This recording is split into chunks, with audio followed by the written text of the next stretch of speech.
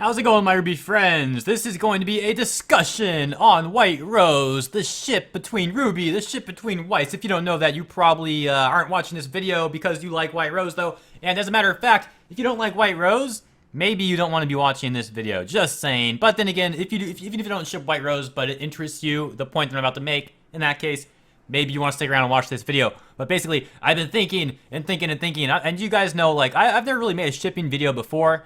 I've talked in my live streams about ships. People have asked me, like, my favorite ships. And WhiteRose is not my favorite ship. It's a ship I like. But I also like Arcos, which actually might be my favorite ship. But I don't want to get into a shipping war here. I do like Arcos. I do like WhiteRose. I do like Black Sun. I do like Eclipse. It's the same ship, actually, isn't it? I do like Bumblebee and Eclipse / Black Sun. Let me put it that way. I'm pretty much open to, like, pretty much almost every single ship in the show, honestly. I'm not too picky when it comes to the ships. I think a lot of the characters have cool interactions between each other. If there's a ship between Coco and Velvet, and I know there is, I'm sure I like that one as well, but I don't know the name of it. If someone knows the name of that ship, put a comment down below. I'd appreciate it. What is the name of the ship between Coco and Velvet? I don't remember. But anyways, that's not the point of this video. The point of this video is WhiteRose. And the fact that I was thinking about this, and let me get a sip of coffee here, because this is when I'm really thinking very intricately, very detailed, very intense thoughts about RWBY. Basically, the kind of thoughts that you have, like, right before you go to bed when you can't sleep, but you're thinking about, and, you know, keeps you up at night. This is the kind of thoughts that I'm thinking about right now. Did I just say that I'm thinking about Weiss and RWBY before I go to sleep? That could sound a little bit wrong, so don't take that the wrong way, all right? What I'd also like to mention really quick is my jacket. As you can see, this is a jacket I picked up at a thrift store like 5 years ago and never really got a chance to wear often, but I don't really have a white shirt, so I've got to go with classic wife beater, red and white. It's the WhiteRose theme, you guys. Anyone? Hopefully you got that. Anyways, the point of this video is, if you remember in Volume 1, Chapter 1, okay?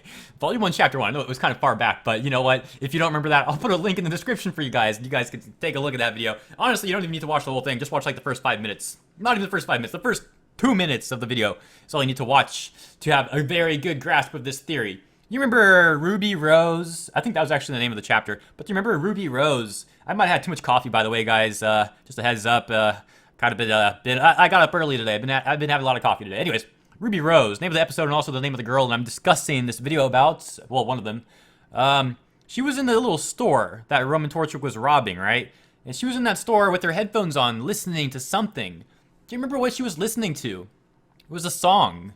It was a song, and who was singing that song? None other than Casey Lee. What's her? Casey Lee Williams. There we go. Casey. I was about to Google it, and I just got it right back in my mind. Casey Lee Williams. She was listening to a song by Casey Lee Williams. So keep that thought in mind. And now let's jump to Weiss. Let's fast forward to Weiss.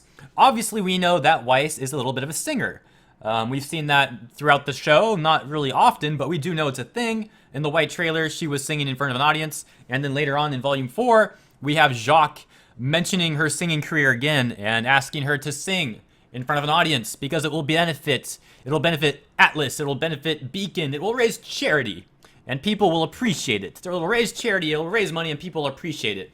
The point I'm getting at is Weiss is a singer, and who voices Weiss when she's singing? Casey Lee Williams. Casey Lee Williams is the voice of Weiss when she's singing. Who was RWBY listening to in Volume 1, Chapter 1 on her headphones? She was listening to Weiss. She was listening to Weiss. Guys, I don't even know what to really say else. That's the whole point's made. At the start of the episode, RWBY was listening to Weiss. And that's pretty much the point of this video. I just put 2 and 2 together like that. Like, it's just crazy. It's like, I don't even know a comparison. It's so crazy to even say. So, let me know what you think about that. The fact that RWBY is listening to Weiss.